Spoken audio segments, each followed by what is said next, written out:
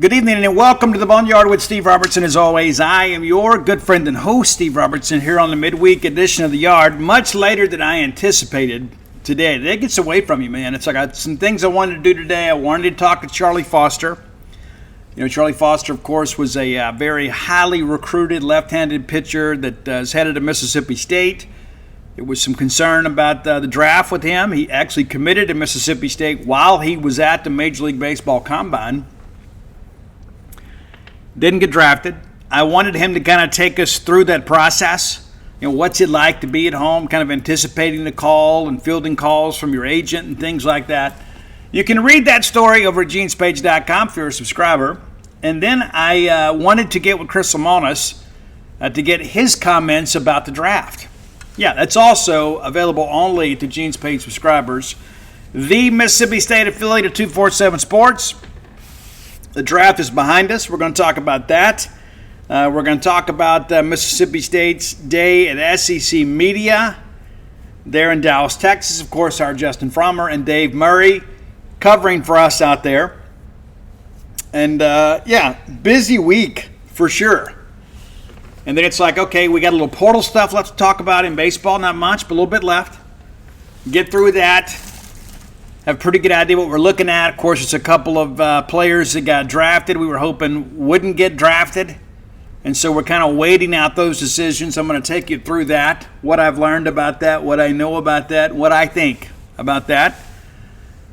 And then we'll kind of get ready to shift, man, because there's not much left. Okay, by the time we get to August 1st, we're going to know what our roster is for baseball. You say, but Steve, it's 2 weeks. Well, it is.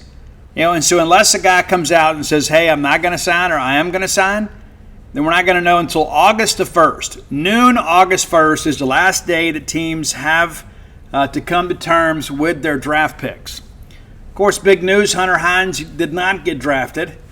I had a chance to speak to Hunter. He's excited to come back and have an opportunity to chase a home run record. I think his attitude's really good, too. He's just kind of like, hey, it didn't go the way we wanted it to, didn't go the way it was supposed to, but here we are, and we'll make the most of it.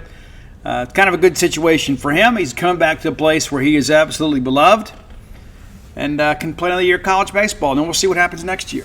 But, I got some things I want to say about that when we get deeper into the show. Not just specifically about Hunter Hines, but, you know, it's so difficult sometimes to know what to root for. You know what I mean? I mean, it really is. You know, what's best? I mean, selfishly, we want everybody back, but that's not necessarily best for them. And it may not be what's best for the program. I mean, you want to put guys in the draft, in the show.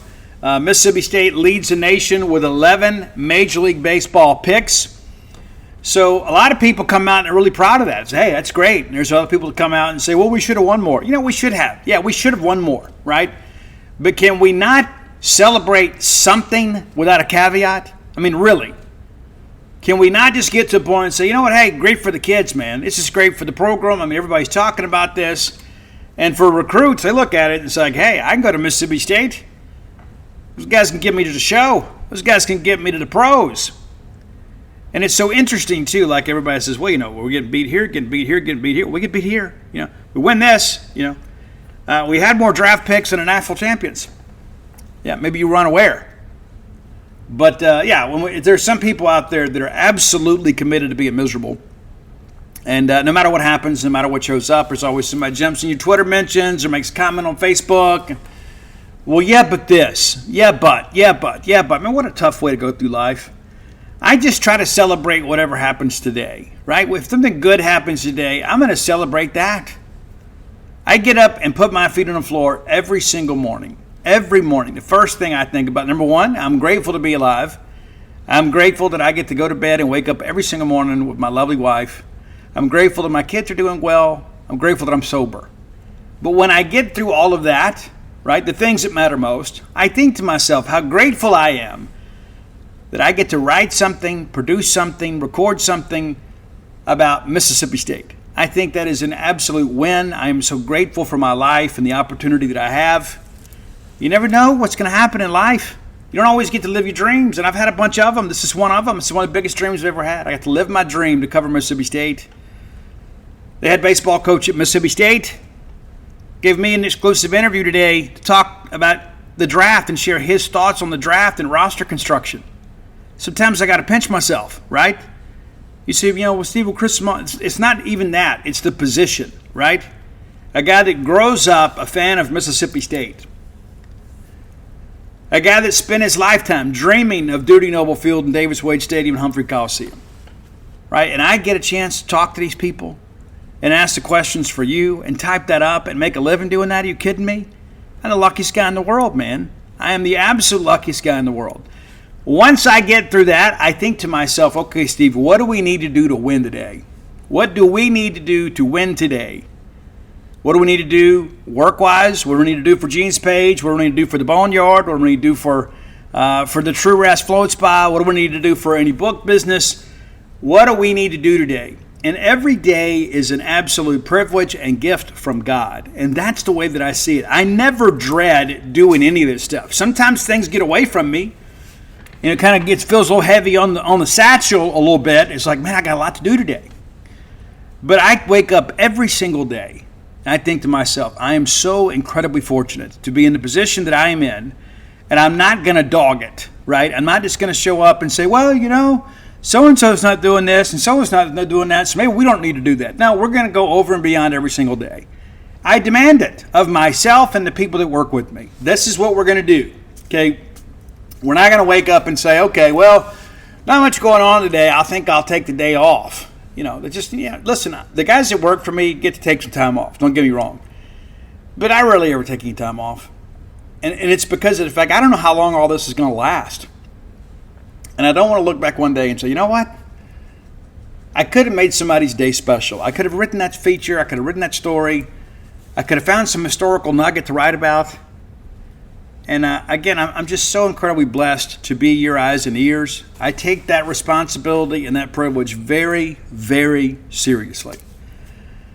Let's thank our friends at Bulldog Burger Company. I've had Bulldog Burger Company recently and plan to have it again very soon. I love it, man. I never get tired of it, right? It's one of those things like, I know I have to eat each day. It is a requirement for survival, right? Now, some people eat just for survival. I've been around some people and it's like, well, I'm counting his calories and I got to eat these grapes and these walnuts. And you know what? I love grapes and walnuts too. But I eat for enjoyment. I want to eat something that gives me nourishment, but also gives me a sense of pleasure. And that's exactly what I get with Bulldog Burger Company. And yes, I get the spring rolls as my appetizer. That's how I've been able to maintain this youthful exuberance and appearance all these years. That's the beauty care regimen. That getting good night rest, right?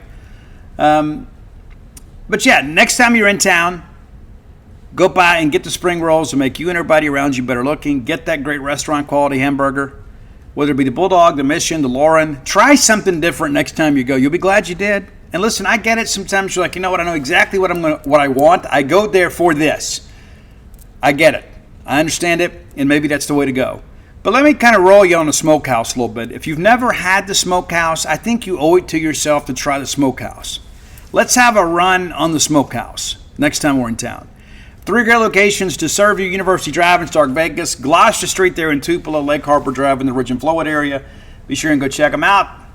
Bulldog Burger Company, the place where people go to meet, M-E-A-T. All right, we talk about winning today. Had to get up and work on this portal thing. It's like, hey, we've been in draft mode for a while. Now I got to figure out, hey, what's going on now with the portal? I got to get caught up to speed. So there was some adjustments to that. There's some guys that were committed to SEC schools that got drafted. So what happens now? Like Michael Ross, one of the best pitchers in the transfer portal, committed to Florida. He had a 13-0 record. Mississippi State recruited him. He came in and visited. He chose Florida. Well, he's drafted. Now, what's he going to do? So we got to figure those things out. And the issue now is there's not a lot of suitable replacements in the portal for guys that sign. Now, everybody oversigns a little bit. There's some reality to that, too. Everybody oversigns a little bit. Everybody's trying to win, including Mississippi State, Chris Simonis. So you go out there and you take the best people you can get. That's just kind of how life works. But let's work through our draft tracker. We tweeted that out regularly throughout the draft. For those of you that were at work For those of you that perhaps weren't able to keep up with the draft as maybe as closely as you wanted to, a lot of views on that, a lot of comments on that, and so let's break down the draft in its totality, how it relates to Mississippi State. You guys are already well aware of the fact that D'Angelo Sanji went in the first round with the 15th pick overall of the Seattle Mariners. Pretty cool. Cal Steven went to Toronto in the second round. Both of those guys are going to get some pretty big coin. Now, since we have been together, there have been 9 other Mississippi State Bulldogs drafted. It's true. Also had another signee. Dante Nori, of course, went in the first round in Philadelphia. We did have one more. We'll get that a little bit later.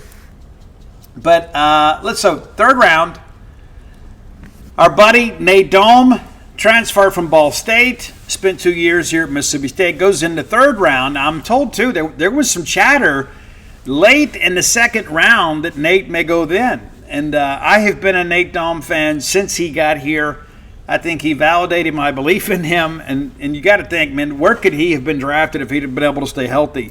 And where would Mississippi State's season have gone if Nate Dome was able to stay healthy? You know how dominant Cal Steven was? You know how dominant D'Angelo Sanji was?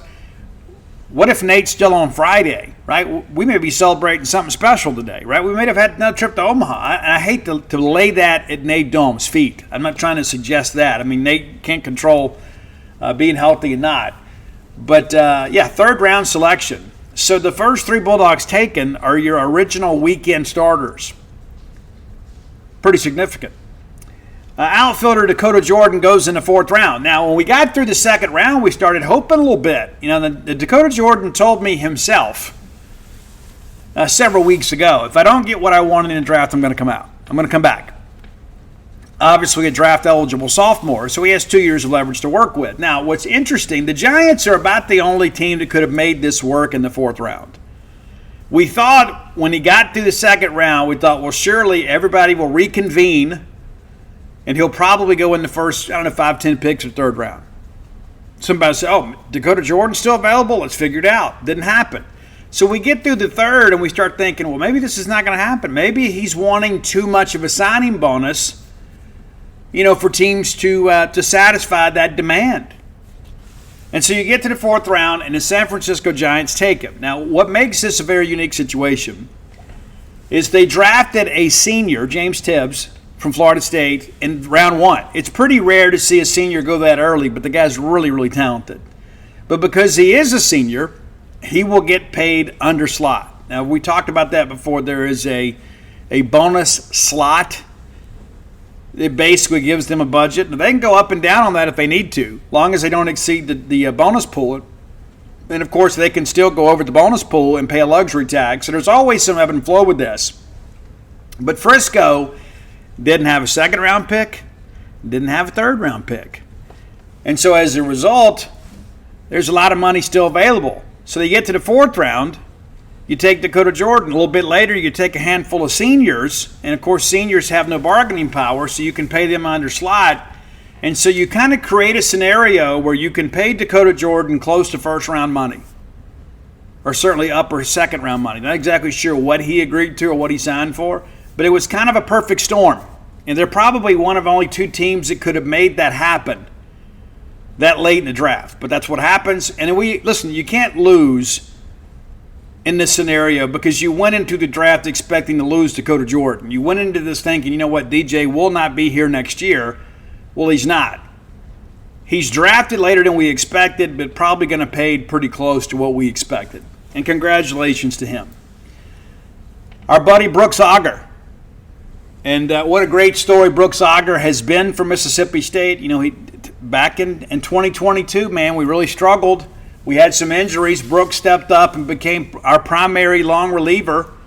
And then Brooks gets injured. Misses all of 23. Comes back in 24. Does some starting for us. Did some closing for us. Gave us a night that we'll never forget in the Hoover Met.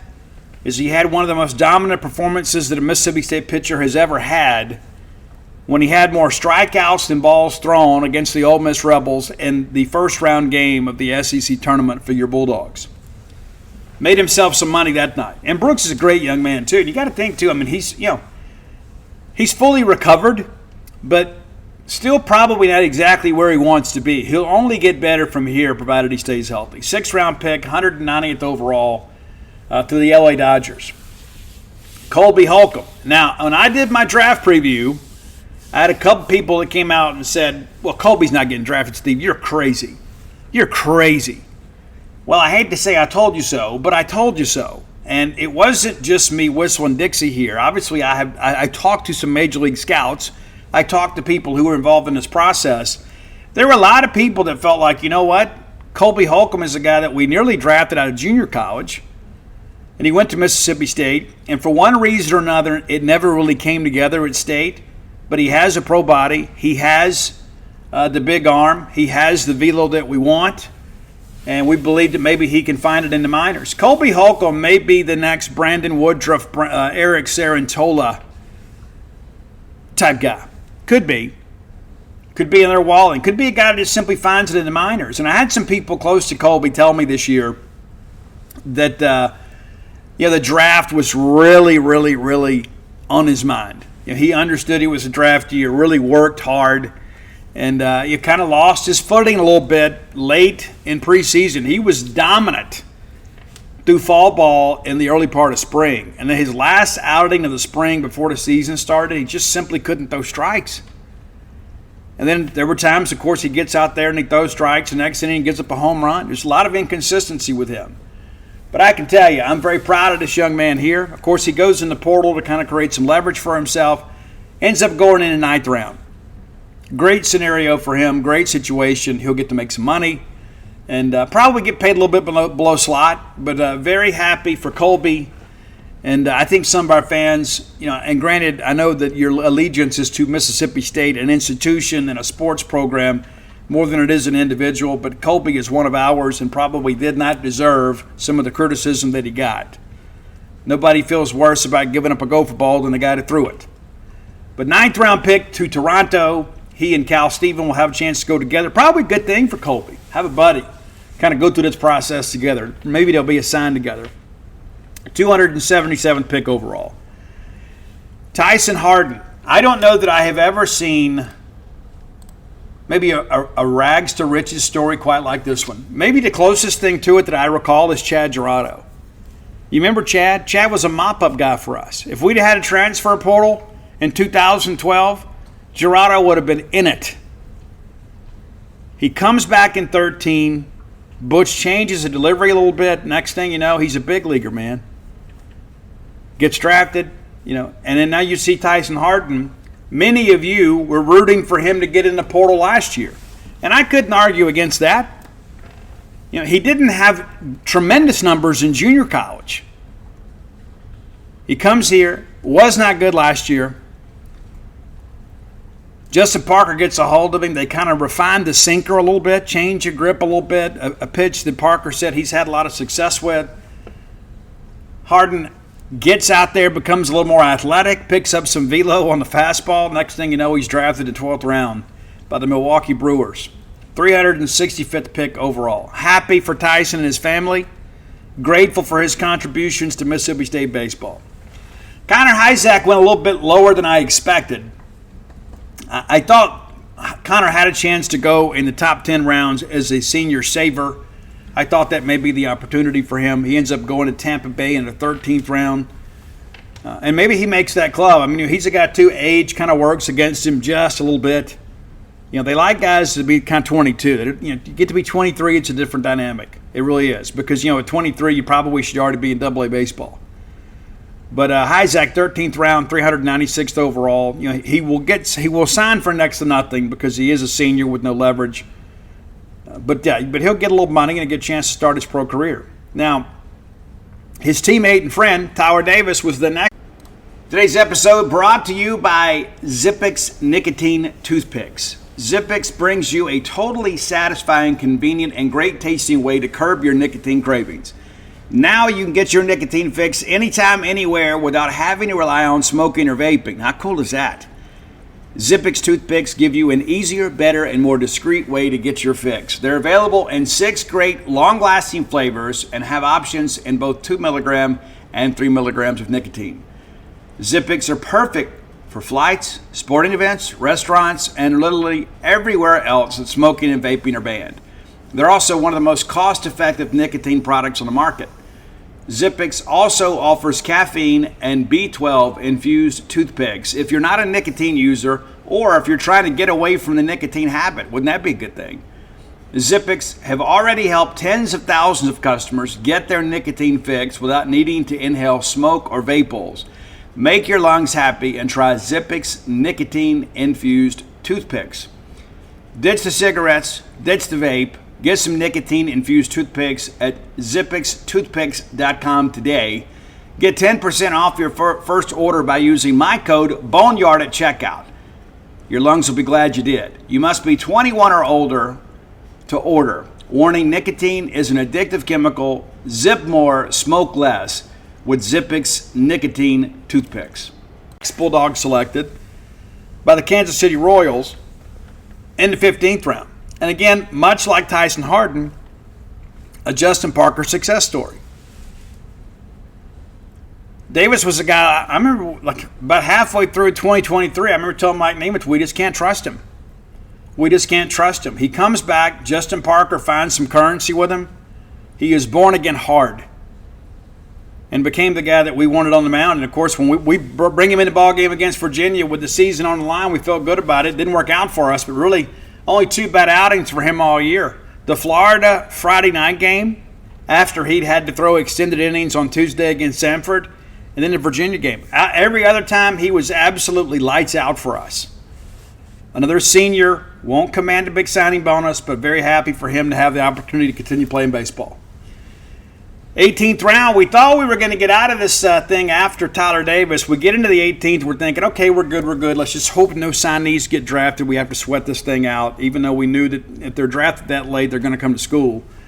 But Dave Mershon drafted in the 18th round. Now, a lot of people say, well, Dave's definitely going to sign.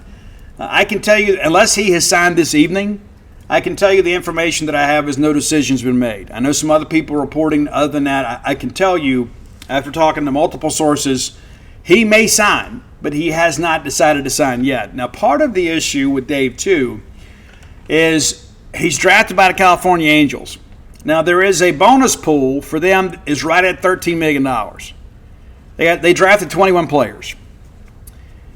Their very first pick, Christian Moore from Tennessee, has a slot value of $6.5 million.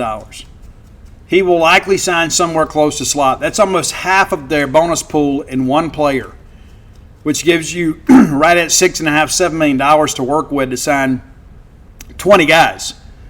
The next 2 guys, slot values of around $3 million combined. So you start working through this and you begin to realize California is not going to be able to offer Dave Mershon a lot of money, especially compared to what maybe he could get by coming back for another year. But that's a decision he and his family have to make. I love Dave Mershon, love the family, love everything he's brought to Mississippi State baseball. I would like to see him get drafted and make some money. If David had gotten drafted in the 4th or 5th round, you're like, man, God bless David. Thank you, right? And it's not like we don't have a shortstop. We feel like Dylan Cupp's a guy that can do some big things for us. We like him, right? But Dave obviously is a little more proven guy at the plate and certainly on the base paths. We kind of barely just know Dylan Cupp because not long after he kind of found that he got hurt. And so I don't worry about us defensively.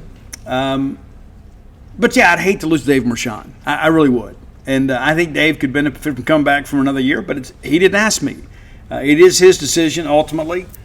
But, again, unless something has broken tonight, he hadn't signed yet. And, again, I know some people have said that they expect him to sign, and he may sign. I'm not going to sit here and argue against that. But I can tell you at this point that conversation is a little bit premature. Because here's how this works, right? When you've got this bonus pool to work with, well, unless you're going to sign a guy, like there's a $150,000 threshold for all players drafted 11 through 20, right? So you can pay up to $150,000. You don't have to pay the full $150,000, but you can pay up to $150,000 and it not impact your bonus pool. If you go over that, the overage, let's say for an example, if they want Dave Mershon and he wants $500,000, if they pay him that $500,000, then $350,000 comes out of the bonus pool. Well, at this point, they really don't know what's going to be available in the bonus pool. Understand? Because of the fact you've got to get everybody else's deal done. Now, there's some other guys, obviously, that are willing to take less than $150,000. Or they're only willing to go up to $150,000. So that's an easy deal to make because it doesn't cost you anything other than $150,000. There's no penalty for it. So if Dave Mershon's willing to go sign for $150,000, that's a done deal. They're finished. I just don't think that he's willing to accept that small amount of money because he had other teams approach him on day 2 and day 3.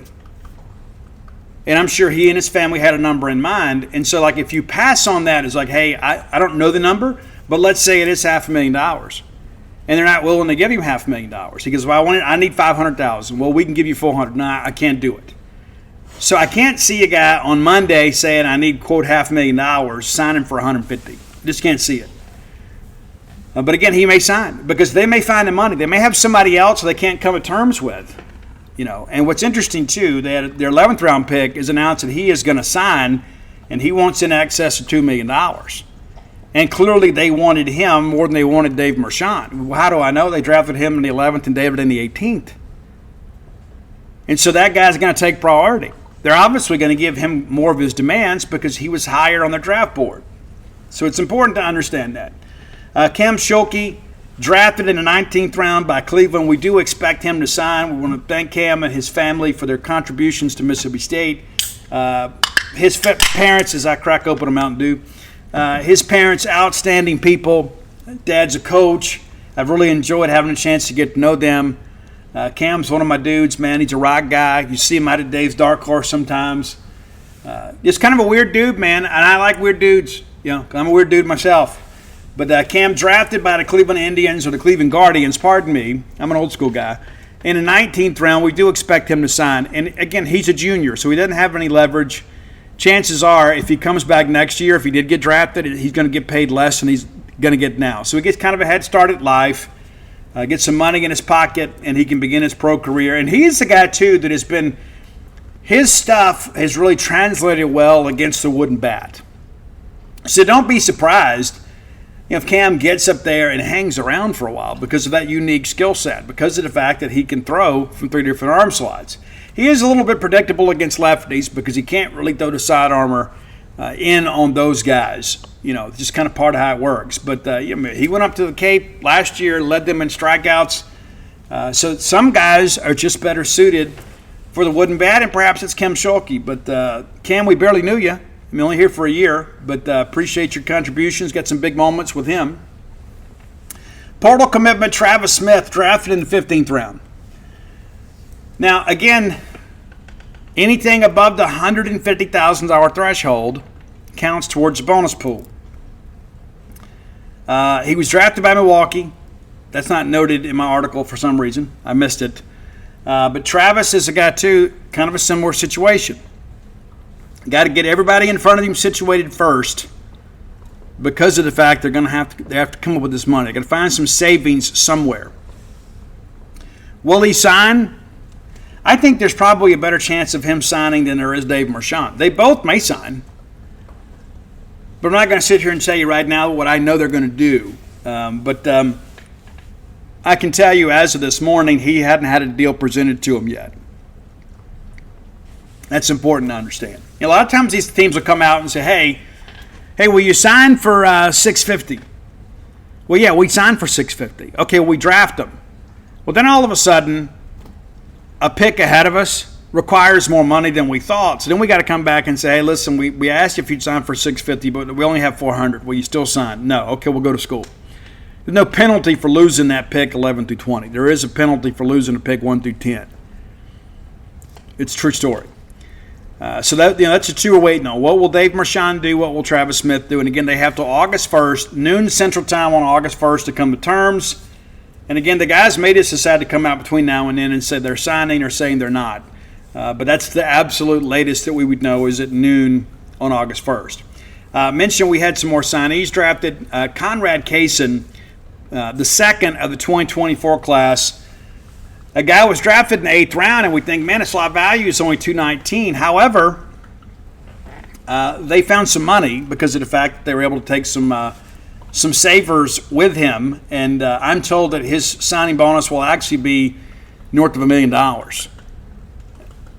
When you find a savings, you can use it. The Boston Red Sox are very creative with their money, and so Conrad is expected to sign. Now, Dane Burns was actually a 2023 signee. We've talked about him a couple times on the show. These guys had a big summer. Sat out last year, didn't enroll to recover from Tommy John surgery, and he's coming out throwing 96, 97 from the left-hand side. Kansas City basically takes a flyer on him in the 17th round. He's kind of a draft and follow guy. I'm told to expect him to enroll at Mississippi State. Something crazy could happen. Maybe you have a guy that doesn't pass a physical and some money comes available, and they go back to Dane Burns and say, hey, all of a sudden we got $1 million. You ready to come to school? Come to play ball. He may change his mind then. But control has been an issue, and again, he's not even a full year kind of removed from recovery. But this is a young man that could help us. But we do expect him to be in school. Can't say for sure, but we do expect him to come to school, barring something totally unforeseen. And again, you got basically 2 weeks to sweat this thing out. But Mississippi State, again, leads the nation with 11 players drafted. That's not counting the signees or the portal commitment. That's 11 Bulldogs off the roster. All of those were expected, with the exception of Cam Schulke. We figured Mershon was get drafted at some point. We were hopeful that he wouldn't sign, and he still may, and he still may not. We just don't know yet. But, I've seen some people out there. It's like, I know we got a lot of casual fans that don't really understand the nuances of the draft. And like, oh my gosh, Steve, we're losing all these players. Well, yeah, we lose the juniors every year. We lose the seniors to graduation. We hope they get drafted. We lose the juniors to the draft, with rare exception. And one of those rare exceptions, of course, is Hunter Hines. And if I told you began this draft that Hunter Hines and Dakota Jordan wouldn't get drafted on the first day of the draft and you had a chance to get one of them back, you would say, I wouldn't even cared, Steve. Just give me one of them. I'm thrilled to have another big bat lineup. And so when you start thinking about how offensive this club can be next year, you get excited. And then you factor in that Justin Parker, in 1 year of development of Mississippi State pitchers, sets a school record, putting 8 pitchers in the draft. 8. The previous record was 7 back in 19. 8 in the draft. Never happened in the history of Mississippi State baseball. And some of these guys, let's just kind of call it for what it is. And I say this really as a compliment and a testament to these young men, their commitment to work and get better, and the supervision that Justin Parker used and the development that he had within his system to elevate their game. Because guys like Tyler Davis, Tyson Harden, they were on the scrap heap of college baseball. Now, they're prepared to sign professional contracts and continue playing beyond the college level. In many respects, they owe a great deal of that opportunity to Justin Parker, and they will tell you the same. They had to do the work, though. It can't just be Justin Parker coaching them. They have to be willing to accept coaching. And when I interviewed Coach Lemonis today, I thought it was very big of him. He came out and he talked about Durangelo. And he goes, Durangelo's not here without Scott Foxhall. Of course, Scott Foxhall was the lead recruiter. The guy Durangelo here convinced him that if he came to Mississippi State, that he had the potential to be a first-rounder. And, of course, Fox wasn't around to see that happen this year. But Lemonis kind of throwing a bone to both of his pitching coaches, Foxhall for the recruiting piece and Justin Parker for the development piece. And you begin to wonder, man, I wish the draft had gone a little bit earlier this year, right? Because then you could sell, when you walked into every in-home visit with a pitcher and his family and said, hey, we just had 8 pitchers. We just set a school record for pitchers drafted in a single class in just the first year of Justin Parker. And these are pitchers, by and large, that he inherited. It wasn't like he went out and found, okay, this guy fits exactly what I want. This is my guy that fits my system. Most of the guys are guys that were already here, already signed. And I mean, you look at this, really, of the 8 guys, The only guy that Justin Parker really had a hand in recruiting, Cal Steven, who was our plan B after Luke Holman, right? Think about that for a second. You know, the one guy in this draft class that Justin Parker that recruited ended up being a second-round draft pick. And so there's a lot of reason to be optimistic, for sure. And so the draft is now behind us, and what's left is we got a couple spots left to fill in the portal. Of course, you got to wait these guys out. I mean, it could be any moment now. We just don't know. I mean, Dave Mershon or Travis Smith could have announced while I'm recording this show. They may announce tomorrow. They may wait to the deadline. I just simply do not know their timeline for a decision. But I know that they're somewhat reliant on the club itself because they're not willing to sign for $150,000. They're willing to sign for $150,000. It'd already be done. I just don't expect either one of them to sign for that. And again, at this point, the clubs don't even know how much money they're going to have to offer them as a bonus because they don't know what the guys that are drafted in front of them are willing to accept. It's complicated and simple at the same time. I drafted you 18. You're not willing to take 150. Well, I got to get everybody in front of you pretty much settled. Just about everybody. I got to get them settled and know how much money it's going to take to get them signed because they were clearly a higher priority because we drafted them before we drafted you. So I can't make any promises until I get those guys signed. And so that's kind of where we are with that. And I know it's frustrating because you'd love to be able to know that Dave Mershon is definitely going to be back. I can't make you that promise right now. Just can't do it. Can't do it. And I hope he's back. I do, and I think there is reason to come back. But I also don't know what young Dave Mershon and his family are thinking. I just don't know at this point. But I know that they're working through this, and they are educated people. They are people that are very, very close as a family. They will make what they feel is the best decision for Dave Mershon. And that may not be what's best for Mississippi State baseball. And that's completely okay because that's Chris Simonis' job. He has to worry about what's best for state baseball. The Mershon family has to think about what's best for David. And sometimes that can be mutually aligned with what's best for state baseball. But no matter what happens, I'm very appreciative of Dave Mershon, appreciative of his contributions to Bulldog baseball. Hope he has another year of those contributions. I hope next year we're sitting here talking about Dave Mershon, getting drafted 5th or 6th round and having a chance to, put a few $100,000 in his pocket and get a head start at life and begin his pro career. I hope that's the case. But if it's not, I'm still very appreciative of Dave Mershon.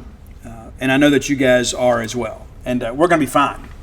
We'd be a better ball club with Dave Mershon. I'm not going to sit here and suggest that we won't miss him. We certainly would. But, we are a team that's also oversigned like everybody else in the SEC. There is a roster limitation. It's not like football where you got 120 to work with and 85 scholarships. It just doesn't work that way. And so there's going to be some difficult decisions that have to be made. Not everybody that transferred in the portal last year made the team. Remember that? It's true. Remember 2 years ago, Bill Lee was the guy that we signed, we committed out of Mercer, and he got drafted.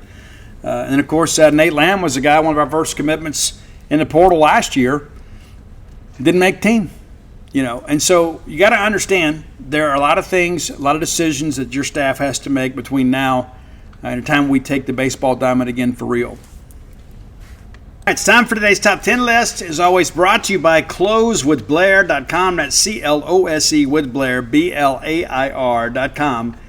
Blair is my friend, your friend, our collective friend in the mortgage industry. Blair's been doing this 23 years. A lot of people out there want your business, but you know what? You need to put your business in the hands of someone you can trust. Visit him at closewithblair.com. You'll be glad you did. Let me give you his phone number. 601-500-2344. Again, 601-500-2344. That goes directly to Blair. Not a call center, not a receptionist, directly to Blair's phone. He's probably right now, if he's not on a call, closing a deal, or clearing a pen from underwriting, he's probably listening to the show or reading Gene's page. Probably. That or finding something on the Facebook Reels to send me. But, this is a guy that's 23 years of experience in the industry. Can be your advocate with underwriting. The guy's a winner. You don't stay in an industry for 20-plus years by accident. So whether you're looking for a game day condo, which may be more affordable than you think, it may not be beyond the realm of possibility like you may suggest. Blair can structure a loan to make it work for you. Not going to give it away, but again, it may be more affordable than you think. Or maybe you're looking for your first home and you don't know how to even go about this process. You don't even know about it. You're like, you know what, Steve, I know that I need to buy a house. Get with Blair. Let him get you pre-qualified. And then your real estate agent will know exactly which kind of houses to show you. You don't want to shop over your means. You don't want to be in that situation. You start dreaming, and then when you get in a house that you can afford, it feels like a disappointment. Let's make sure that we're shooting at our depth, okay? Blair can help hold your hand and walk you through this. 601-500-2344. My friend, your friend, closewithblair.com. Okay, I told you guys we needed to do another covers list to kind of cleanse our palate after those terrible, terrible covers that we did here a couple shows ago. One of my favorite bands of all time, probably one of yours, it's Alice in Chains. So I began to think about that. There's a few bands out there that have been a really good rendition, and there's a lot of covers out there of Alice in Chains stuff on YouTube. It's not on iTunes or Spotify. A lot of bands paid homage to Alice in Chains over the years, and Lane Staley and his untimely death. It's a very, very, very sad story. We won't go over it again. You can look it up yourself. But yeah, Lane, one of the more talented guys, not just from the grunge era, because Alice in Chains really kind of transcends the genre. And yes, I know they did drop D-tuning. I get it. I know they're from Seattle, but you know what? When all these other bands were beginning to cut their teeth, Alice in Chains was already on the road as a major opening act. Man in the Box came out when I was in high school, okay? It's true. So don't sell me on this other stuff. So Alice in Chains, really kind of the godfathers of grunge. But again, there's so much more than that. And it's taken me a while, but I kind of like some of the new stuff too. I don't like it nearly as well. Okay? So let's go over some of the best covers of Alice in Chains songs. Now, some of these are going to be a little different, okay? And there are some bands and some songs that I don't think you mess with. And there's a lot of them with Alice in Chains. You know, you want to embarrass yourself, go try and cover an Alice in Chains song where Lane Staley really uses the higher part of his register, and it's going to be a very humbling experience for you. All right, number 10, a band that I knew nothing about until today. When I got ready to put this list together, I was looking, trying to find a good cover of Them Bones. And I found one. Now, this is going to be a lot more rocking than even Alice in Chains was on Them Bones. Of course, it's tuned down. I was in a band that covered this song. It's probably one of those songs, too, that, maybe you can pull off. But it's a band called Thou. Thou. Thou. As in thou shalt not, right? Thou. This is one of these screaming bands. Let me prepare you ahead of time. So if you have delicate ears, it may not be for you. But Them Bones, a very unique cover. Speaking of unique, number 9, somebody else from Seattle. It's Ann Wilson from Heart. And she does a very, very, very different version of Rooster. Of course, Rooster was a song that Jerry Cantrell wrote for the Dirt album as a tribute to his dad. He later confessed that he was on acid when he wrote it, and shared the story with his dad. His dad got kind of emotional with him, and he's really kind of a man's man. Didn't really kind of get fired up about that sort of stuff. But if you watch the video, you can see Jerry's dad kind of talking about his time in the war. But Ann Wilson, vocalist, easily one of the best female vocalists of my lifetime. One of the best vocalists regardless of gender. But certainly when you begin to think about that lady not just belting out those big notes, but having kind of the grit in her lower register, she has an incredible range. She's not just some operatic singer. Ann Wilson, one of the most amazing singers of my lifetime, without a doubt. So her cover of Rooster, a little bit different, not quite as edgy, but something that I think you'll have fun with. Now, number 8, shout out to a Mississippi band from down there on the Mississippi Gulf Coast. A lot of people have covered this song. A lot of people. There's a lot of live versions of it. There's some other people that did acoustic versions of it live, and I just, it didn't appeal to me the same way. I love this song. There's a great story behind it. It's really kind of sad. The title of the song is Nutshell. And it is one of the most powerful songs in the Alice in Chains catalog. And it was one of those things they just kind of put down when they were wrapping up the Dirt sessions. They just wanted to kind of get this on record, and then came back and re-recorded it for Jar of Flies. And it's called Nutshell because it's exactly how Lane Staley felt at the time. And there are a lot of people that feel that, right? If you listen to the lyrics of Nutshell, and at some point, many of you know Alice in Chains, and this is one of those songs that was never released as a single, but it's kind of become a cult classic among the fan base, because we at some point have all felt this way. You feel so alone in the world. And our boys from the Gulf Coast, Magnolia Bayou, I think did the best version of this. Some other people out there have done great ones. I really like what they did with it. And anytime that we can celebrate Mississippi's music on this show, we want to do that. Number 7, now this is a demo version, and it's kind of silly, but I think it shows some fraternity of sorts with Seattle. Pearl Jam did a demo version of It Ain't Like That from Alice in Chains. Of course, that's off the Facelift album, a song that really only the true fans know. But Eddie's kind of silly in the beginning. But Mike McCready, who was really a metal player at heart that happens to be in a grunge band, kind of laid this thing down. I think you're going to dig it. Again, it's not the full song. It's just kind of a demo thing they played around with. That's your number 7 track, Pearl Jam, It Ain't Like That. Number 6, and a lot of people think this is one of the best Alice in Chains covers. That's one of the reasons it made our list. It's a modern-day version of what I think is one of the best songs about recovery ever. And it's not just about recovery, even though Jerry was kind of dealing with some things at the time. Thankfully, Jerry is no longer a heroin addict. Thank God he wouldn't be alive. But a band called Opeth, O-P-E-T-H, Opeth, covered Wood. And, of course, Wood is on the Dirt album. It's also on the singles soundtrack, a great movie, of course. Big Citizen Kane fan here. Or Citizen Dick, excuse me. There you go. Citizen Dick fan. But, yeah, Wood, a great track. You know, If I Would, Could You, right? That's the closing line of it. But the video, and this is one thing Dana and I talked about back when this thing first came out. We already had the album, and of course everything was on MTV in those days. You watch more MTV than you listen to music, right? I mean, it's true. Really, about the only time that you listen to music is when you were traveling, because we didn't have TV screens in our cars back then. We didn't have them on our phones. We didn't have cell phones back then. We were in the early stages of that. Certainly not smartphones, but you kind of had MTV going all the time, and so when your favorite song came over, you'd stop what you were doing, go over there and watch it. But I remember her saying then, man, the thing that I love the most about this video is they're just jamming, right? There's not a lot of theatrical stuff with them. There's not all these camera tricks. They just kind of plug it and play. And I think that video, in many respects, kind of typifies who Alice in Chains is and was.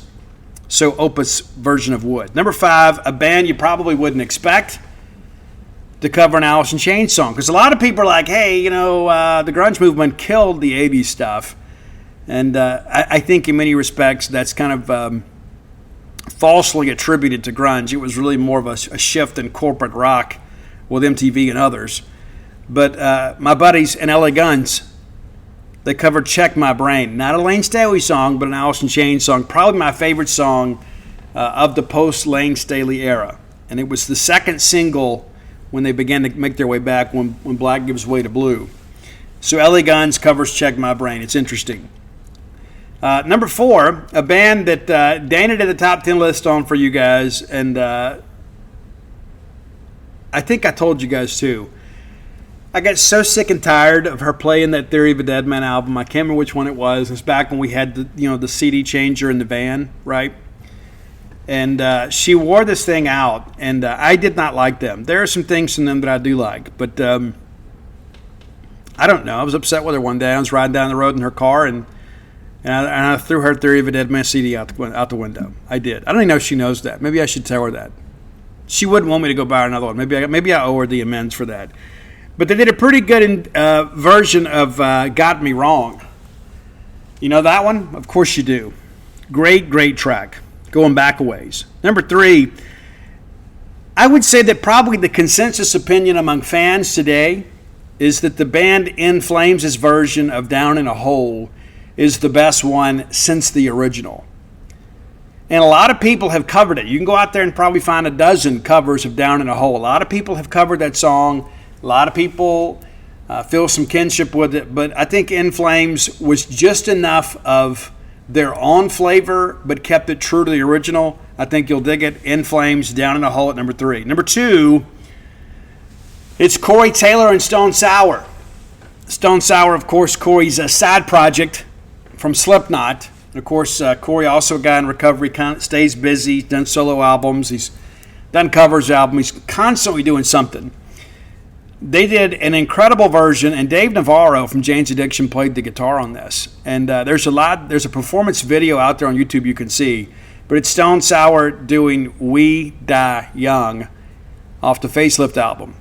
Great, great track. And a lot of people, think of Man in the Box and think of Facelift. I love Facelift. And I won't say I like it more than Dirt, but I like some elements of Facelift as much as Dirt. I know it almost sounds sacrilegious. It's kind of like saying the Jake E. Lee era of Ozzy was better than Randy Rhoads. That's not saying that Jake E. Lee was a better player than Randy. It's just certainly saying that the songs that Jake wrote, I think the quality of the band was better with Jake because the music was better. The songs were better.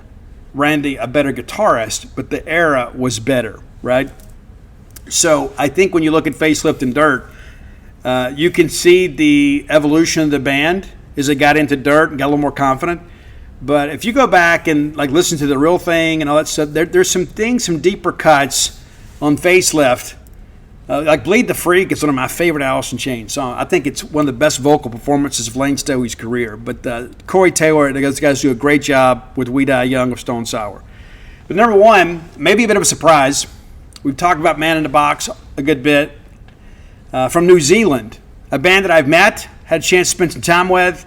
It's Like a Storm's version of Man in the Box, and I think vocally they can pull it off. It doesn't sound exactly like ours. They do kind of mix in their own kind of buttery goodness to this thing and put their own little nuance on it, but true to the original, but a little bit modernized in many respects. So there's a lot of people out there that have tried to cover Man in the Box, and they just don't have the chops to do it. A lot of people do it live because you've got the crowd noise and the distortion and everything else to kind of cover up the imperfections in your voice. When you listen to Man in the Box and listen to those isolated vocals of Lane Staley, they'll give you chills because you begin to realize this guy's the real thing. I saw an interview a while back. I think it was the lead singer from Mudhoney, I think. But he said that he was in a rehearsal hall one day and, Alice in Chains was demoing some tracks for Dirt.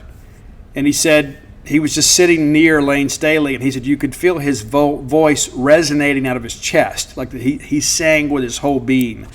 And I think you have to be able to do that when you sing Man in the Box. So there you go. That's your top 10 list for today. A little surprise for you. Probably weren't expecting to hear some Alice in Chains. I love Alice in Chains, and if you don't already, let me tell you this. There is a guy named Anthony Vincent, those 10-second songs. I've discussed him on the show before. They recently did a version, and you can find it on Instagram and TikTok and all the socials. Anthony Vincent and his friend did Metallica's Creeping Death in the style of Alice in Chains. It's like a minute long. It needs to be a full cover. It is absolutely phenomenal. I love it. Absolutely love it. And that's kind of what got me in an Alice in Chains mood. So be sure and check that out. Next time that you're scrolling through the phone looking for something. Anthony Vincent. He was also in the movie The Dirt. I don't know if you knew that. He was only in there for like a few seconds. He was John Corabi. He played John Corabi in The Dirt. Of course, John Corabi, the replacement singer for Vince Neil. Yeah, it's true. All right, next segment of the show brought to you by Campus Bookmart, a Starkvillian institution. Man, I love Campus Bookmart. I wish I could just win a lottery and go in there and buy it all out, right? I would buy you all a gift. I would just go buy it all out and just ship it out to you. Because I want you to have new Mississippi State merch. I want you to have something new to wear, something new to enjoy, something new to decorate your home with, your office with. Well, I can't win the lottery if I don't play, right? So you're going to have to take care of yourself. On behalf of me, buy yourself a gift and then give yourself a card and you sign my name to it, because I do love you. I do. And it's the thought that matters most, right? And so I share that with you because a lot of people say, hey, Steve, where can I get the best selection of Mississippi State merchandise? It's Campus Bookmart. It's not an opinion. It's a fact. A lot of people make the claim, but they are pretenders to the throne. Be sure and check them out next time you're in town. You know what? If you can't make it to town and you're looking for Mississippi State merch, don't go to Amazon. Don't go to one of these online services. Don't go to eBay. Next thing you know, you'll be ordering some Mississippi State merchandise and it shows up in crimson, right? Crimson and gray or something. You know, you want authentic Mississippi State merchandise. You get it from campusbookmart.net. And by being a loyal Boneyard listener, we'll give you a phrase that pays. That's BSR, which stands for Beautiful Steve Robertson.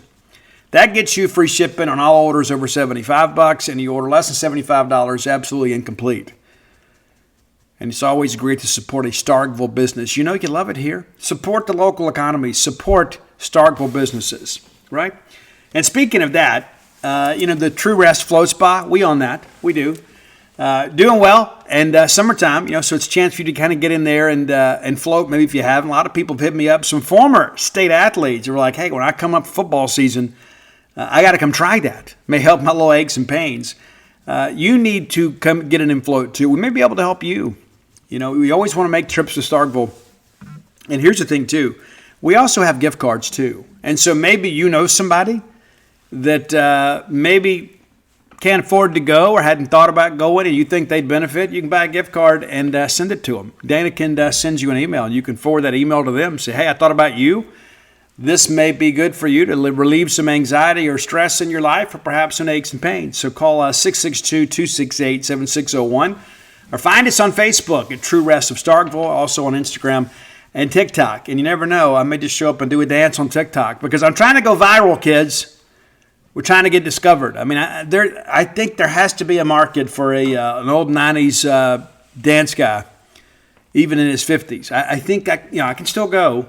Especially maybe not by the standards that I did 30 years ago, but compared to many of you, yeah. And usually when I come out of retirement, it's usually like at my nieces and nephews' wedding receptions because they've never seen it, or now they've seen it and they all want to see it again. But yeah, we can make it happen. You never know. I may just show up on that TikTok video and we'll just tweet it out. I may just go out there and put on some old 90s dance clothes and, dial up some Stevie B or some Kuiper. Maybe dig out the old Jam is Cold single from my old band Savello. You never know. I mean, I'm a riddle wrapped inside an enigma. And I'm still alive. I'm not sitting around waiting to die like some other people. I enjoy life. So you just never know. I may do a dance video to get you to come check us out at True Rest. Yeah. Okay, so let's talk a little bit about SEC Media Day today. Full coverage over at genespage.com. All that coverage is free. Everything that happened today at SEC Media Day, we make all that stuff free. And there's some videos out there you can watch. Latest story was just posted about the NCAA video game coming out that we all enjoy as kids. It's now back. And it's funny, Levy told them they better enjoy playing it now. They're not going to be able to play it in season. But also got a video of Blake Shapen addressing the media, also some Jeff Levy stuff. Be sure and check all that stuff out. But I want to run through some of the things that Lev said today that you may have missed. One of the things that I will say, and I guess Justin Frommer was the first that I saw that kind of mentioned this. I've seen some other people in the SEC media say the same. Zach Arnett went up there last year, and he didn't look very confident and self-assured, which kind of surprised me. I mean, even though Zach's probably not the best public speaker, very confident guy. And a lot of people are like, he looks so unprepared. The reviews today of Jeff Lebby have been very positive. And people are like, Lebby kind of commands the room, very stately, right? He is a coach. and he kind of gives off that head coach vibe. And maybe Arnett didn't. And again, Zach, I'm very grateful to Zach. Zach stepped up in our time of need after, an unspeakable tragedy. We needed him, and he did what he could to help us. It didn't work out. And I'm still grateful for Zach Arnett. I have no ill feelings in my heart for Zach Arnett, even though things did not go the way that I wanted them to go, and certainly not the way he wanted to go. I think there were some people in his ear that kind of explained to him that we needed to change the offense, and that proved to be his undoing. It did. Sometimes you just got to deal with the hand you got, But they asked Jeff about, we don't hardly have anybody back, right, on offense. I mean, think about it. You're like Woody Marks, now at USC, Will Rogers, now at Washington. Justin Robinson is gone. I don't even know where Justin is now. And so it's basically a brand new offense. These guys haven't played together. There's going to be some growing pains. There's no ifs, ands, or buts about it. But Jeff Lebby was charged with coming in and flipping this roster. You got over 40 new players. We needed an influx of talent, and we needed talent that could come in here and fit his way of doing things. And so rather than him having to say, okay, I'll just build an offense around what I have. He's like, no, I got to go get some dudes that do things the way I want them done. I thought his answer was very intriguing. He goes, you know what? The climate of college football, where we're at, the portal cycle then in December was a huge part of us having a chance to have success in year one. I absolutely agree with that. Absolutely agree. In order for Jeff to hit the ground running, you had to be very aggressive in the portal, and we were.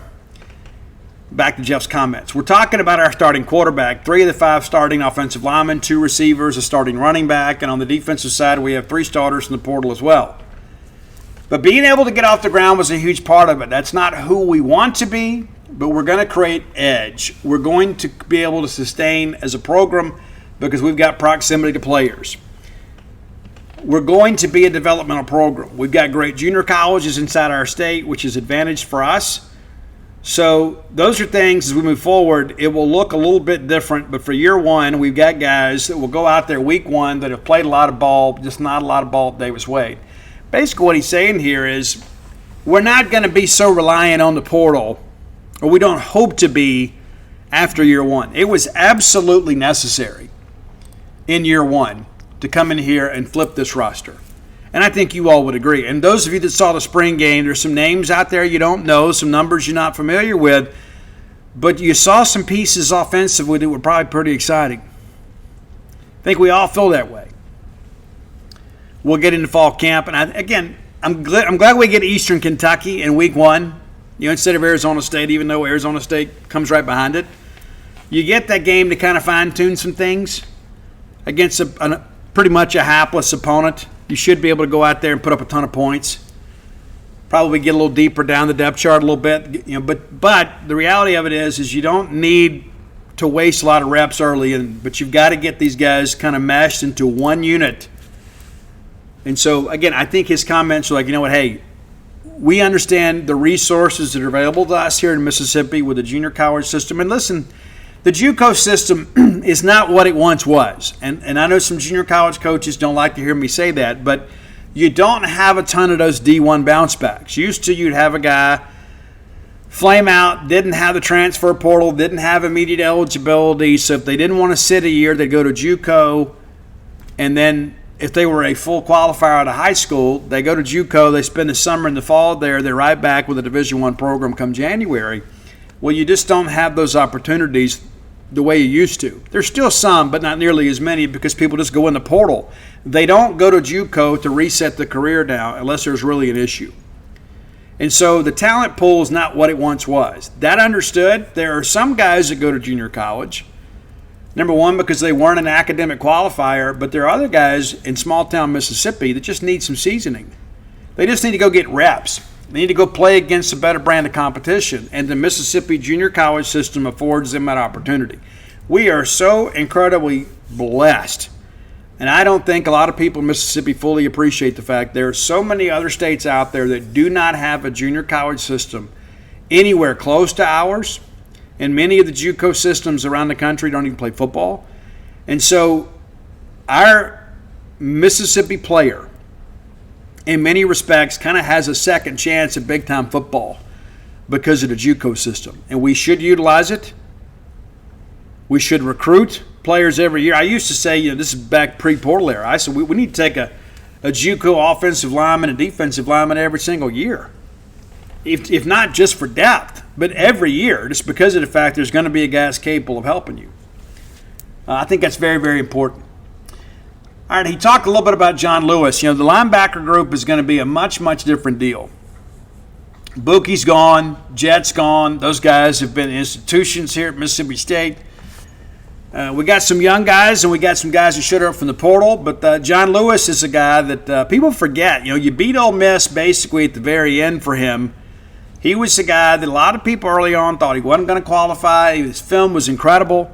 My friend Craig Carter, down there in Germantown. Craig does some radio and stuff for them. Craig's involved with the Germantown Mavericks. Craig hit me up, and I think at the time Lewis might have had like Arkansas State, South Alabama. And he's like, Steve, this kid, everybody is sleeping on this kid. He's going to be incredible.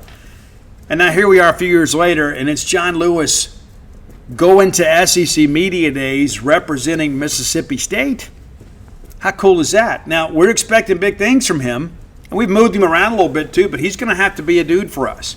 And he was good in the spring from what we saw. And again, those of you guys that saw the spring game, you had a chance to kind of get a look at the defense a little bit. But John's a guy they expect to flash. Coaches kind of mention him a lot too.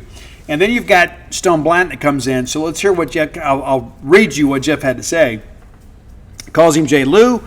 Yeah, Jay Lou's done that, talking about him stepping up. That's why he's here today representing us, a guy that's going to play alongside with. There's multiple guys inside that room that are going to give us a chance to create depth. But a guy, again, comes to us from an SE school, Stone Blanton. He's always played at a really high level, has played inside this league, knows what it's supposed to look like. He's another guy, along with some others, that will help us fill that void. I don't know if we'll be as productive at linebacker without Buki and Jet. But when you begin to think about the athleticism that is now available to you with Lewis and Stone Blanton, the possibilities are there for us to be very good at linebacker. Of course, you hit the junior college system really hard. You're bringing a couple guys there. There's got to be some competition there. But it's going to have to be done by committee because you don't have two bona fide proven stars. And if you think that group's just going to be better just because of the fact that you went out and allocated a bunch of scholarships to it, you're kind of kidding yourself. That's a lot of SEC snaps you're going to have to replace. But Stone Blanton, I've been a Stone Blanton fan, I guess, since he was about a sophomore in high school. And to be honest with you, I know he'd had some injuries, and I wondered if maybe baseball wouldn't have been his path to the pros. He and I obviously had different opinions. He's not playing baseball at all these days, and goes to South Carolina, had a couple of good games, and now he's here. I'm glad that he's back, and I think that's a guy too. When you are going out and recruiting and you're bringing guys in for official visits, and you've got a Mississippi guy like Stone Blanton that has gone out and kind of tried it. I want to get out of Mississippi and kind of see something different. That's the guy that I want hosting the visit. Not just because of the fact that he's had that experience, but he's also incredibly intelligent. And a guy that's grown up cheering for Mississippi State, and that's one of his things too. It was always in his heart. He had a great game against us last year, a game that we should have won. Let's go ahead and throw that back out there. Even in Williams-Brice, we should have won that game. And maybe Stone was a big part of the reason we didn't. Now he's a Bulldog, and we're going to need him to really step up and kind of realize the potential that we all saw, with him. I think that's an important aspect of every bit of this. Is this defense, there are more question marks than there anything else. And a lot of it was because you look at offensively, and like Jeff Lebby has a proven system, right? Everywhere he has gone, he has won, he has put up points. They have given the scoreboard operator plenty of opportunities to earn their job. Scored a ton of points at Central Florida, a ton at Ole Miss, a ton at Oklahoma. He's going to score a ton of points here too. Probably more in the years ahead, but I think this year we're going to be a fun offense, mainly because we got Blake Shapen, a guy that Jeff Lebby knows well. But when you begin to kind of work through this thing, defensively, we just don't know a lot. A lot of question marks. We don't know if the scheme is sound. We don't know if we've got the athletes to run the scheme at a high proficiency. We hope so. We don't know that. We know that our secondary has been an issue the last couple of years, even if things got better maybe towards the end of the year last year. But you kind of flipped that group over. You got a lot of new faces out there. How's the play calling going to be handled? There's just, that's the real question. I think everybody feels that way. It's like, you know what? I got a lot of confidence in Jeff Lebby. He's got a proven track record. Blake Shapen obviously is a guy, got a little Johnny football in him. I'm not saying he's as good as Johnny Manziel. I'm just saying that there is a skill set that is similar. He is a guy with some mobility that can extend plays and kind of keep defenses honest. And that's an element we hadn't really had in recent years. Haven't really had the demand for it. But, we've got a mobile quarterback, and it's obvious when you go out and get Michael Van Buren, and then you see even in 2026, Michael Johnson, we're going for the athletic quarterback with the big arm. And so, again, a lot of confidence on offense. Defense is kind of a wait-and-see thing. I think we all recognize that. Nobody out there is going to sit here and tell you we expect to have a dominant defense. If we can just be good on defense, we got a chance to have, probably exceed expectations. But I tell you what's interesting. I spoke to another SEC media peer recently, and they're thinking we're going to win 3 or 4 games this year. I think we're better than that. And a lot of it's because the toss-up games are at home, and the more difficult games are on the road. I like a schedule like that, especially in year one, because it gives you a chance, number one, because I think you're going to be much more proficient offensively than people expect, but you get a chance to play in your own venue. Most of those games will be at night. You guys will be there to make the difference. Again, I think we're probably a 6 or 7 win team, but it's always interesting to see how other people view us.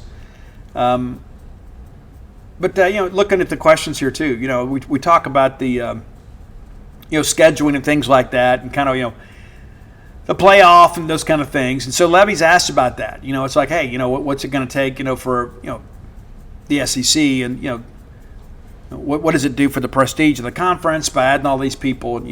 Anyway, I didn't think the question was great. Thought the answer was. Jeff says, well, I think there's nothing but good coming from the expanded playoff. You have the opportunity to not be perfect in a regular season and then get in and go chase and have a chance to win a championship. I think for a lot of college football, the excitement in the fan base, and for us specifically at Mississippi State, I think it opens a door and it creates a door. We'll always and forever make sure that we're talking about maximizing every day, every opportunity, every single season, and fighting like heck to be in that top 12. Now, we have had some years in the not-so-distant past that we would have qualified for the playoff. And so a lot of people think, well, that's just a foregone conclusion that we're never going to be included. Yeah, I think, the chance of us making a 14 playoff, requires a legendary type year. When you begin to think about the 12 and the fact that we have a much different scheduling scenario now, the rotation is so much different nowadays. You don't have to play Alabama every year. You don't have to play LSU every year. You don't have to play Auburn every year, even though we've had some success against Auburn. You kind of understand my point. I mean, Jeff Lebby, I think, is a guy that recognizes, we're going to have some things go right for us. But I've never, ever heard Jeff Lebby have a defeatist type attitude about that. Like, well, Mississippi State's going to have to get lucky. I'm going to tell you something about Dan Mullen that he told me one time that may not make you happy. He made a comment one time. He said, it's just so hard at Mississippi State to win the West. And there's some truth in that. But rather than elevate Mississippi State, he said, well, you kind of got to depend on Auburn, LSU, Alabama, and A&M all kind of having down years, and the chances that happening just aren't a good thing. And that may not surprise you to hear that, but I think that's one of the reasons it led him to go to Florida. It's an easier path to Atlanta, in turn an easier path to the playoff, which, of course, it blew up in his face. And let's just kind of shoot it for what it is. If Dan Mullen's back in 18, we probably win the West. Isn't that crazy to think about in hindsight? Now, granted, he did a great job at Florida the first 3 years he was there. And again, I'd love to know what really happened that led to the end of the thing. But the reality of it is that I don't get the sense that Jeff Lebby sees this as one of those things. It's like, well, we're just going to go shoot for the Liberty Bowl or the Music City Bowl. I think Jeff Lebby's a guy that sees that, hey, everywhere I've gone, I've won, and I've won big. I've put some great offenses on the field. I'll do the same thing at Mississippi State. I think that's an important aspect of it. We talked about tempo a little bit too. I can't remember who it was, but somebody else mentioned when he was at Oklahoma, he ran a play every 23 seconds, which was the 8th fastest time in all of college football. He expects to do the same thing here. Talking a little bit about communication, and we talked about on the show too about, does the helmet sticker help us a little bit? Having the helmet with communication direct line to the coaches, I think it does. Probably can help you go a little bit faster when you need to. And you wonder too, how much tempo do you want to run in a tight ball game when you've got a defense that maybe is a little bit shaky? Maybe ball possession. And Jeff's a smart guy. He'll figure all that stuff out. We're not going to go out there and go fast for the sake of going fast and wear out our defense.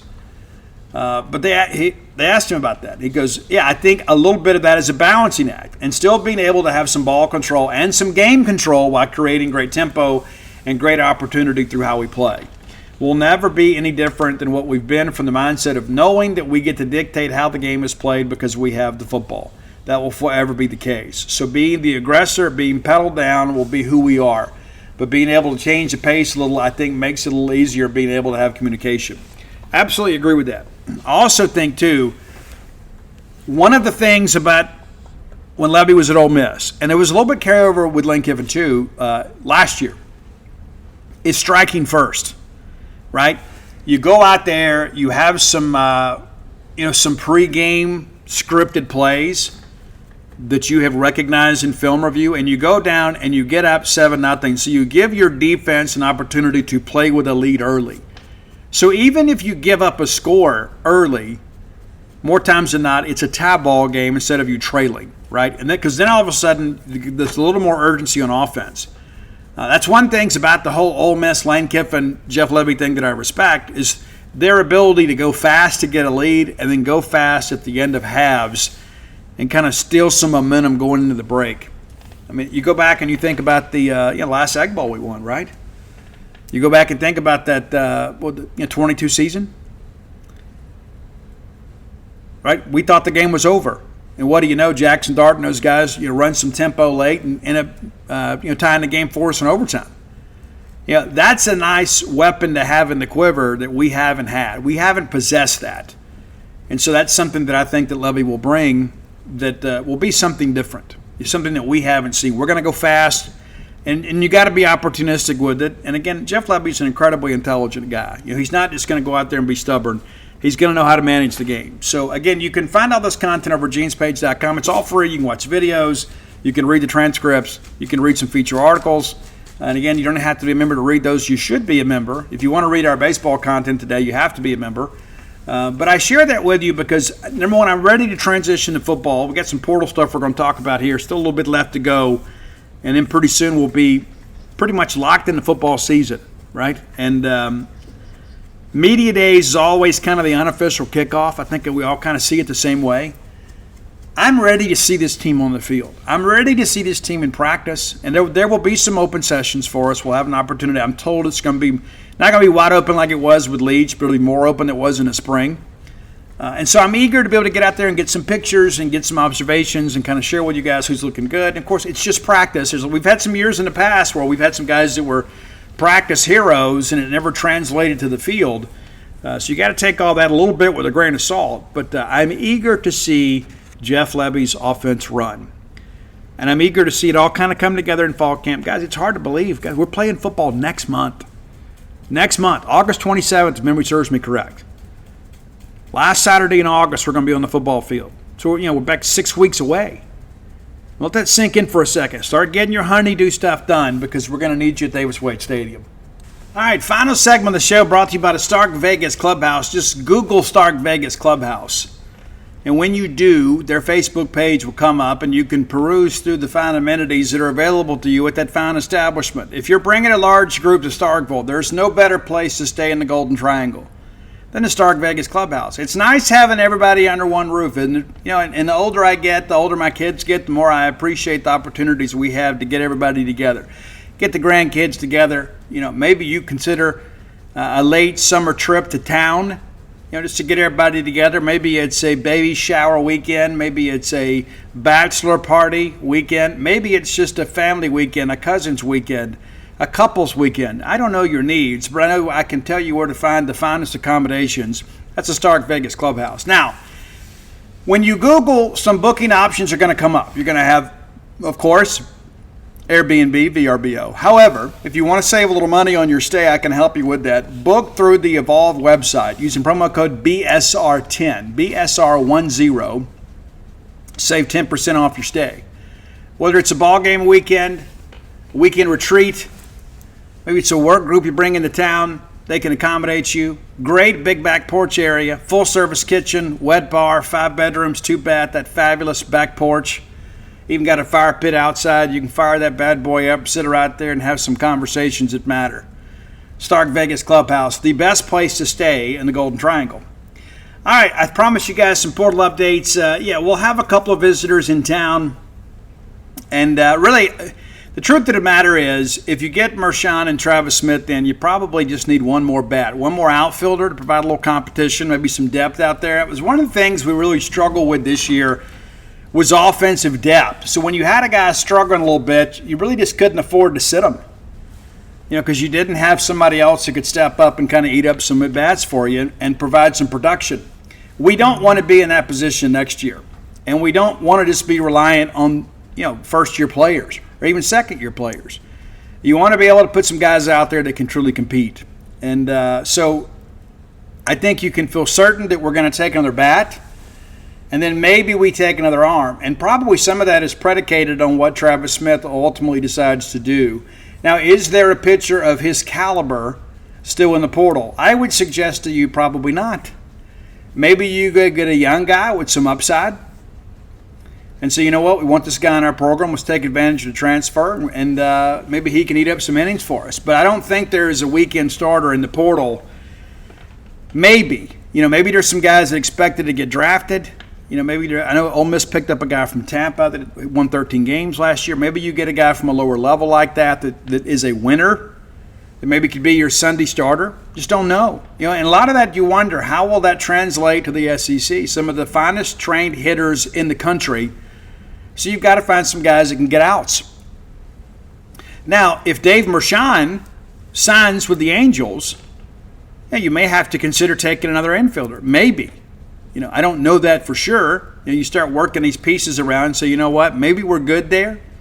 But if you can find value at the shortstop or the second base position, maybe you head in that direction. McCarthy from Kentucky is a guy that's been mentioned prominently in connection with Mississippi State. I think that's a name to watch as we get going here in the next day or two. And it's, again, you think about your coaches, right? You think about your coaches, right? So they've been entertaining portal visitors all throughout the summer, going out to the Cape, seeing our guys, recruiting, evaluating. They get back. You got to sit down and go through the draft. You got to recruit your guys to not sign your signees. And of course you're fielding phone calls from teams about draft eligible players. You try to give reports on that. So as soon as we get done with the draft, we're right back to hosting visitors, and then your coaches are on the road working on the 2025 and 2026 class. You may not know this, but come August 1st, we can start offering kids for 2026, and we already have a couple of commitments for 2026. But those guys committed before the new rules came into play. And so you got about 3 more weeks, as Lamonis told me earlier today, and then your summer's kind of in the books. And so as soon as you get done with that, guess what? You got everybody else reporting to campus around August 9th. And so then you go right to work getting those guys in, start working on your 4-on-1 workouts and things of that nature, get them with Shipman and the strength and conditioning staff. You start working through fall ball. It's really a year-round experience now for your coaches. And, we talked about that in football, right? And as arduous as the football recruiting calendar is, baseball schedule even more so, because they've got to deal with that draft. Because it's not where you declare for the draft in baseball. You declare for the draft in football, you declare in basketball.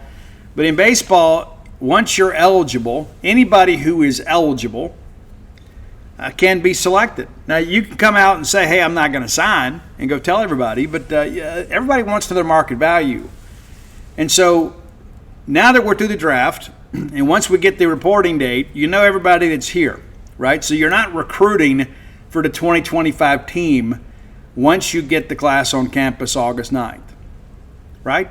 And so once we get that done, you take a little bit of a break, sort of, right? And I don't know when we start fall baseball. I know last year we wanted to do it earlier and give the guys some time off toward the end of the semester and to kind of enjoy football season, but also to have the opportunity to finish up classes and spend time with their family during the holidays. There's some other people like to do it later because the temperatures are a little bit cooler. Not exactly sure what Limonis is going to do this year when it comes to that. But we will have some baseball weekends kind of coupled up with football weekends. So you'll have an opportunity to come, go to baseball scrimmage, and go to football. I like it when we do the baseball game Saturday and then have a game Saturday night, or have a game Saturday night and then a scrimmage game on Sunday. I love when you get a chance to come spend the weekend in Starkville and then have the opportunity to see all that stuff up close and personal. And I think this year, fall baseball especially, because of the fact we've had such turnover on the roster, I think you're going to want to see this team. You're going to want to see them in person. And it's always great to be out at Dudy Noble Field, too, even if it's just kind of getting a sense of what the guys look like. But I appreciate you guys that come out and support baseball. But it's always so great when we can afford you the opportunity to do both.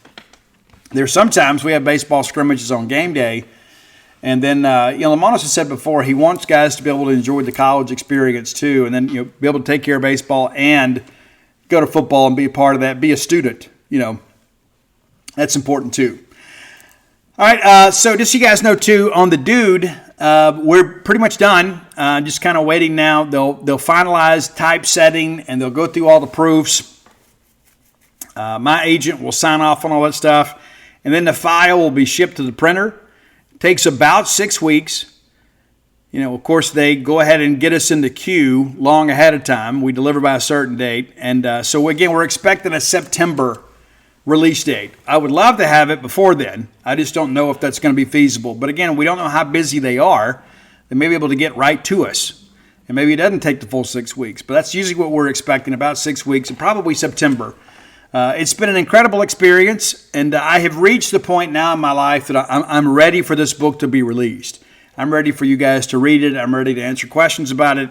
I'm ready for you guys to be able to buy it and give it away for Christmas. I'm ready for you guys to have it as part of your Mississippi State collection. And then as soon as I get done with the book, I start getting inundated with questions. Steve, what's next? I absolutely do not know what's next. This book wasn't on my radar this time last year. And it's one day, of course, I just thought, hey, what about writing a biography of Dudy Noble? And, of course, that all happened after Zach Arnett was fired. I've shared that line of thinking that I began to do my research about how many coaches we've had that didn't finish the season led me to Major Raf Sassy, and saw a picture of Dudy Noble with the football staff as he coached the freshman football team. And I'm like, why is this not more well known? I said, somebody should have wrote a book about this. And I said, well, maybe I will. So here we are. It is the most detailed book I've ever written. And, there's some people within my organization that believe that it is worthy of some awards and so it'll be nominated for some things. And then we'll see how things go. But I didn't write it to win awards. I didn't write it for reviews. I wrote it for all of you. I wrote it for my own knowledge and for your knowledge and love of Mississippi State.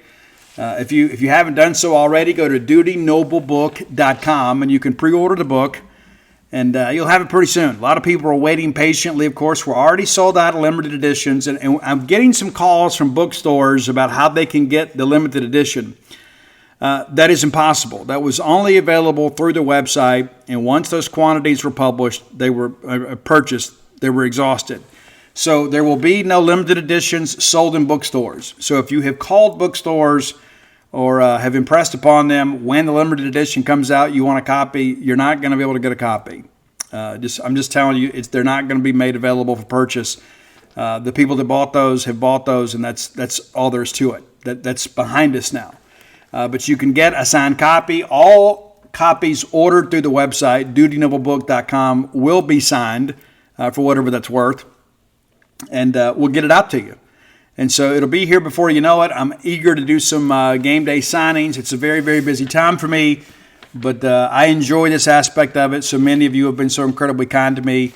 While you're there at dutynoblebook.com, you can buy all of my sports books and When the Bottom Falls, which is my personal memoir, and very limited quantities of Stark Villains and Alpha Dogs.